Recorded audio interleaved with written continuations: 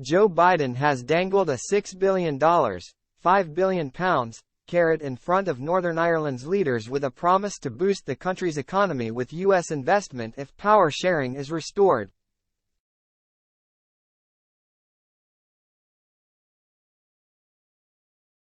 In a thinly veiled message to the Democratic Unionist Party, which has been boycotting the devolved government for more than a year, the U.S. president told an audience in Belfast that American investors were ready to triple the $2 billion already invested.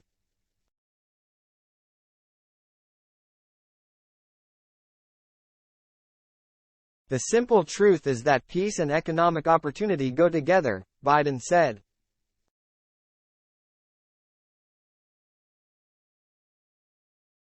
He reminded representatives of the region's 5 biggest parties, who sat at the front of the auditorium, of how transformative the Good Friday Agreement had been 25 years ago and urged them to put the past behind them and look at the prosperity that could flow in the next quarter of a century.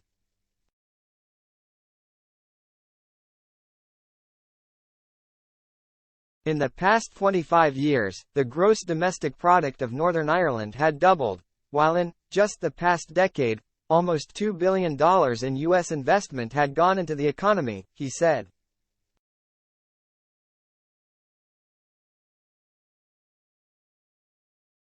I predict to you if things continue to move in the right direction, it will more than triple, he said.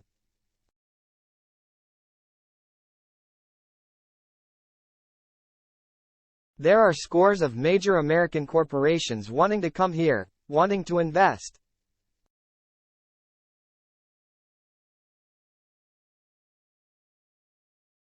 It is up to us to keep this going, keep going in the work that has been done every day for the last 25 years.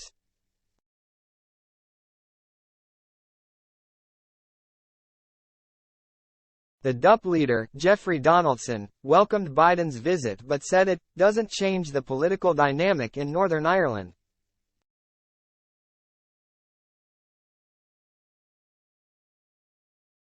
He said, I had a brief conversation with the president, and he made clear that it's not his job, as we heard in his speech, to take decisions for political leaders in Northern Ireland.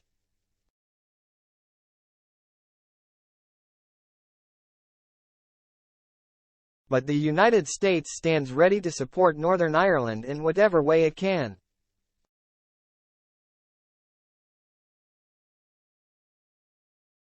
So I welcome his visit here today. It's good to see the president coming, and we hope to see investment into Northern Ireland flowing from his efforts and those of his special envoy.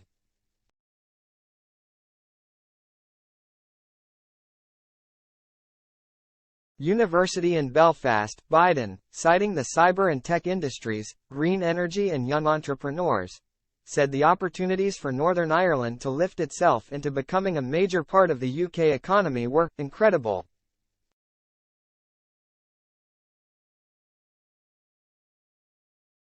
He urged political leaders to sustain the peace, promising it would unleash this incredible economic opportunity.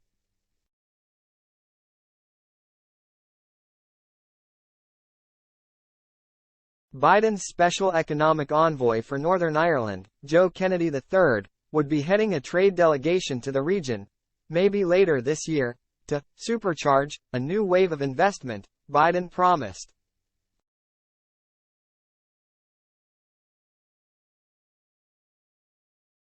He urged the DUP to return to power-sharing arrangements at Stormont and said an effective devolved government is going to draw even greater opportunity in this region.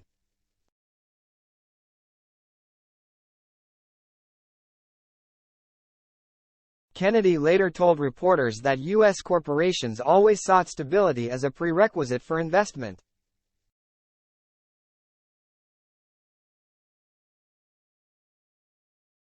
Biden said, I hope the Assembly and the Executive will soon be restored. Cautious not to be seen as interfering, he quickly added, that is a judgment for you to make, not me, but I hope it happens.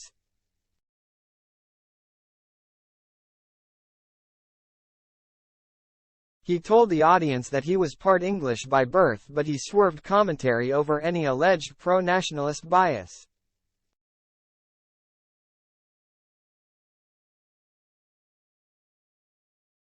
Donaldson was seen beaming while having convivial chats with Kennedy and later on an informal walkabout with Biden.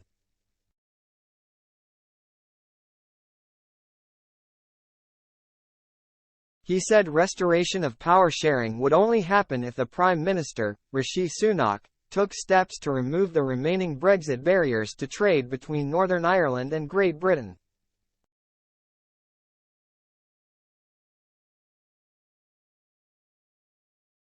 Sunak missed Biden's speech in order to visit a senior PSNI officer who was shot in Northern Ireland earlier this year.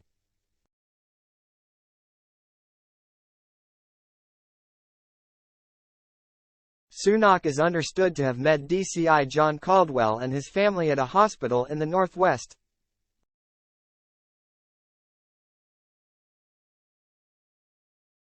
The PSNI described it as a private visit and would not comment. Earlier, one of Biden's senior aides was forced to deny that the president was anti-British after accusations by the former DUP leader Arlene Foster that the U.S. president hates the UK.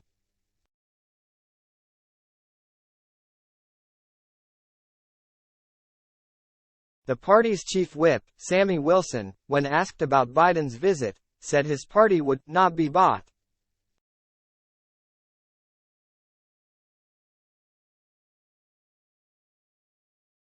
Speaking on BBC Radio 4's World at One programme, the MP for East Antrim said, "On one hand, Biden, says he's here to help the peace process and the Good Friday Agreement. On the other hand, he has done his best to undermine the Good Friday Agreement and its institutions, and indeed his backing of the EU against the UK government, trying to force the UK government into a corner to accept EU interference in Northern Ireland, has not helped the process and has led to the collapse of the institutions."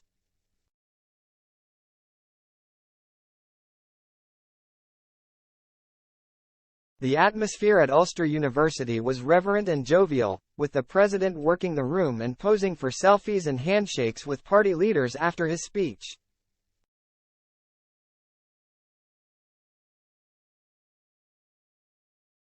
Doug Beattie, the head of the Ulster Unionist Party, and Colm Eastwood, the leader of the SDLP, said Biden had spoken to them about the economic opportunities in their private conversations, underlining the message from the U.S.